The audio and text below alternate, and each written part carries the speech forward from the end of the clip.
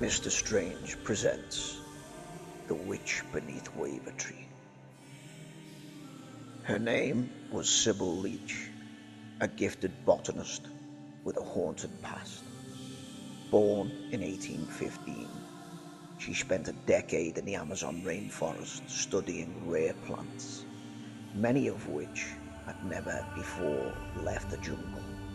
But when she returned to England in 1847, she came home a different woman. Gone was her ambition to teach or publish. Instead, she asked for only one thing: a place to plant, a place where her discoveries could grow.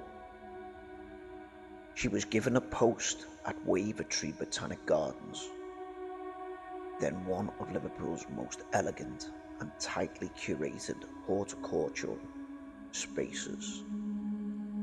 There, she built her own private conservatory, a structure of iron, glass, and secrets. And inside it, she tended the last of the jungle's whispering plants, orchids that pulsed, creepers that curled when spoken to, a dark, palated vine that she fed drops of her own blood. She was known to whisper to them in a strange tongue. She said that they remembered. The night of the Vandals, August 2nd, 1849. A warm night full of buzzing air and static heat. 3 local boys, teenagers from the tenements on Picton Road, broke into the conservatory on a dare. One had a brick, one had a bottle of gin. The third carried nothing except the fear of the woman known as the Green Witch of Wavertree. They didn't care what she was growing. They just wanted to wreck it, to laugh, to kill something alive. They smashed glass panels, tore at vines, uprooted the pulsing orchid beds. They even kicked over Sybil's handwritten journals, scattered pages across the soil. But what none of them realized was that Sybil had been sleeping in the greenhouse beneath a blanket of banana leaves. And when the glass shattered, she awoke. She screamed, tried to stop them, ran into the chaos in her nightdress, her bare feet, her arms covered in pollen. But as she chased them across the central walkway, one of the boys shoved her. She stumbled backwards and landed on a rusted, overgrown well cover, part of an old 19th century drainage system no one remembered was there. The metal snapped and she fell down into the darkness.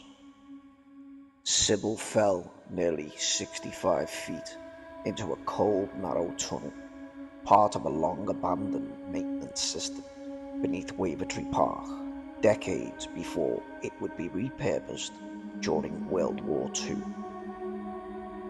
The impact broke her leg in an open fracture.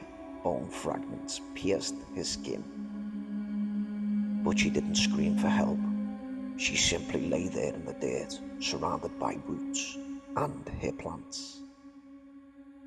Because some of them had followed her, their roots, already deep beneath the conservatory, had stretched into the tunnel's damp earth, and now they reached for her. They wrapped around her ankle, curling through the open wound. They began to feed, but she let them. Her breath slowed, her eyes turned glassy, and in her final lucid moments, she whispered to the vines, "If I die, make me blue." 1 year later, one of the boys came forward and told the authorities what had happened. A search took place, and the only remains that were found were her clothing. Her entire body had been absorbed by the vines. In 1939, with bombs falling over Liverpool, the council hastily converted parts of the old Wavertree drainage system into air raid shelters Men with shovels broke through old bricked-over entrances and carved stairwells into the earth. But there was one section deep beneath the old greenhouse that workers were told never to enter. It smelled of rotting leaves. The air was wrong. One man said he saw a woman's face in the moss, smiling through the stone. Another worker fell ill and died within a week. Black spores were found in his lungs.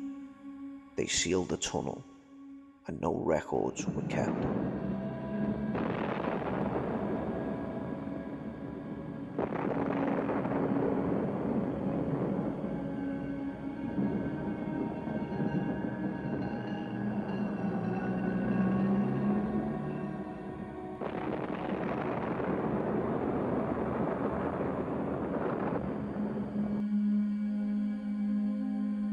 The old greenhouse above was destroyed in a German bombing raid in 1940.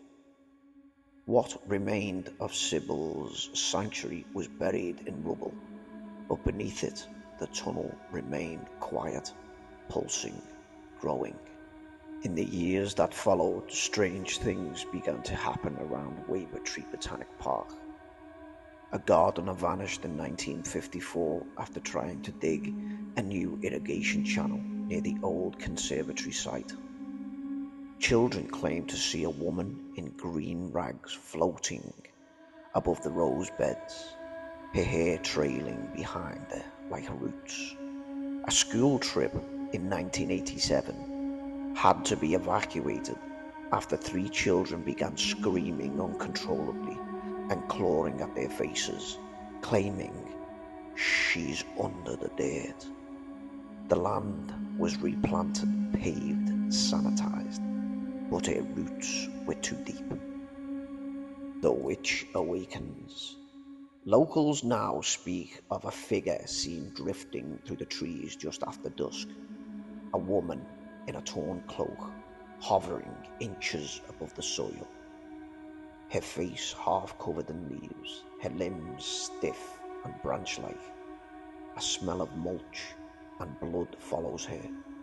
She doesn't speak, but if you hear a woman crying beneath the earth, you're already too close. People say she guards something, a secret below ground, something still alive.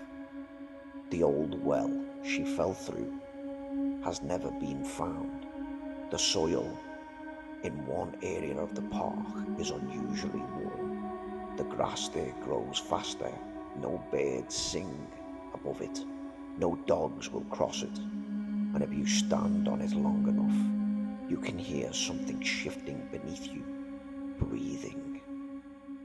Modern eyewitness reports, collected from 2019 to 2024, despite the greenhouse being long gone and the tunnels beneath Wavertree sealed or forgotten, sightings of Cybil Leech have not stopped. If anything, they're getting more frequent. The following accounts were gathered from local residents, dog walkers, students, and even emergency responders, each one describing the same figure, a woman in decaying robes hovering above the soil, silent and reaching. Patricia Hall, a dog walker, February 2020. I was walking my spaniel, Milo, around 6:30 in the morning, near the old bowling green. He suddenly stopped, ears flat, tail between his legs, then bolted the opposite way. That's when I saw her, about 30 feet away, just past the old flower beds. She was hovering. Honest to God, she wasn't touching the floor, just floating like she was being pulled on strings. Her dress was in tatters and greenish, like it was soaked in algae. Her hair was long, but it didn't move, even in the wind. I blinked and she was closer. I didn't hear her move. She just was. Umar, a student, June 2021. Me and my mate Jamie were hanging out after college near that knackered tree stump by the hedge maze. We were filming TikToks where we saw this shape in the distance, thought it was some weird cosplayer or something. She had her head tilted all the way back, like it was broken. She started floating towards us, not walking, floating. Her feet were inches off the ground and turned inwards, stiff like a puppet. No footsteps, no sound.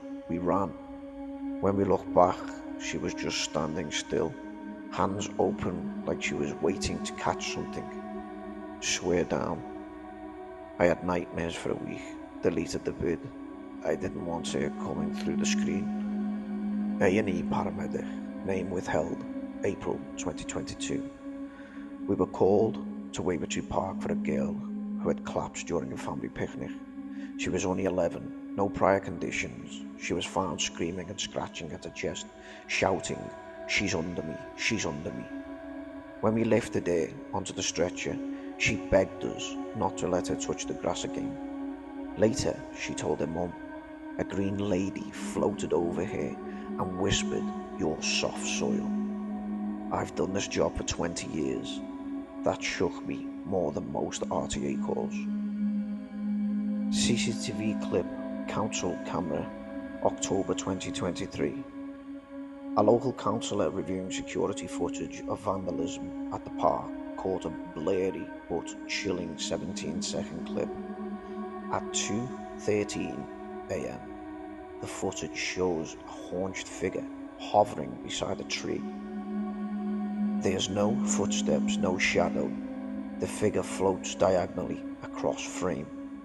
Backward, its limbs stiff, its hair appears to twitch independently, as if responding to something on the ground. At the 11-second mark, the camera goes static and shuts off. 2 council workers quit the following week. One later claimed he saw a woman's face pressed against the inside of the CCTV monitor in his office.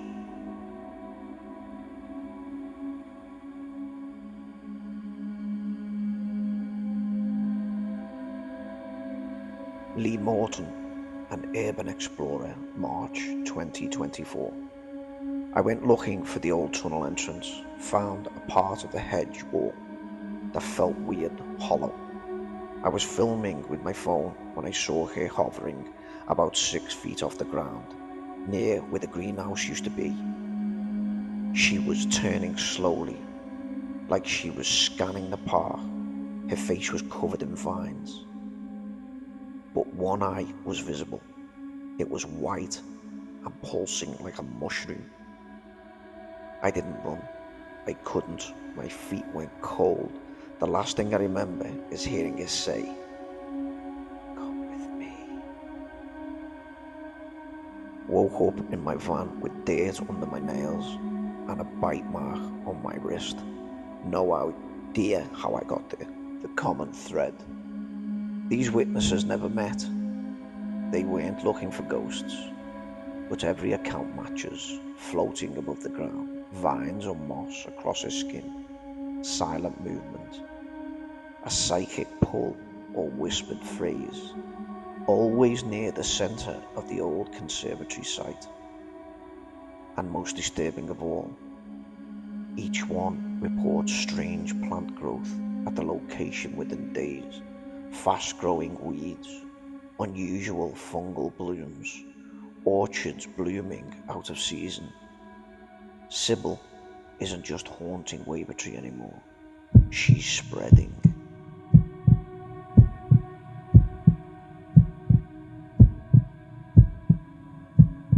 Wavertree Botanical Gardens, today a public park, nestled in South Liverpool, once served as a living museum for rare and exotic plants brought from across the British Empire. Opened in 1836, it was part of a Victorian obsession with nature's strangeness and exotic spectacle that bordered on the occult.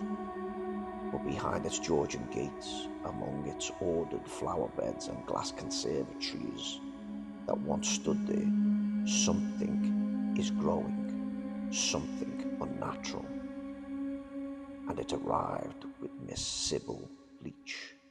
Next time you wander Wavertree Botanic Park's paths alone, and the garden falls unnaturally silent, check the air.